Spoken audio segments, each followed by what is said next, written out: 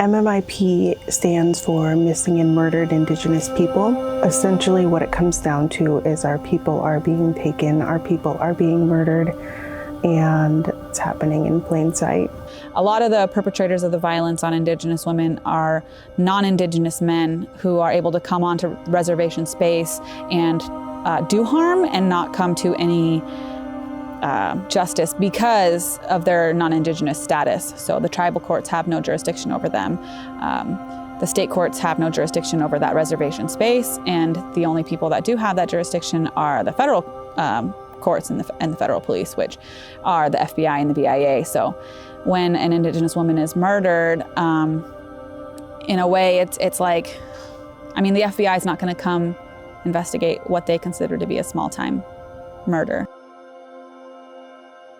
The tribes aren't given the actual power to protect their people, and that power is given to people who aren't using it. The fear of being a target has not gone away from me, and I'm not proud of this, but because of how unsafe I feel in situations, I feel like I have to hide my identity, hide who I am. The world at large is not aware of this issue. And, in our communities, we live and breathe it every day. Every person I know can list someone that has, is missing or been murdered. My niece, Kimberly Michelle, lost her life 14 years ago. A few years later, we found out that her death was actually ruled homicide by asphyxiation, and there was no investigation done to find out, who murdered her or to bring about any prosecution.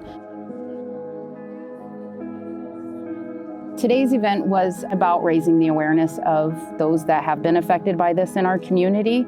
I feel like today's event was an opportunity to not just bring support for our families that are affected by these tragedies, but also the chance to educate, the outsiders, again, that are in our community.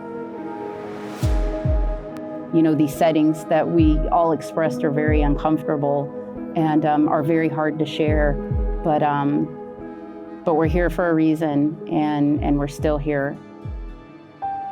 Today, they passed around like the keychains with the beads and everything, but it was also about signifying a moment, with those that are missing. We said the names today.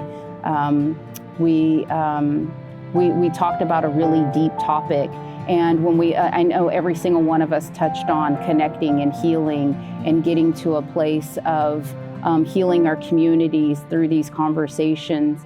I'm thankful that I come from a community that cares so much about these issues and recognize how important it is to educate outsiders, because that is how we're going to dismantle it, is by continuing to educate. And I believe what we saw today is doing exactly that.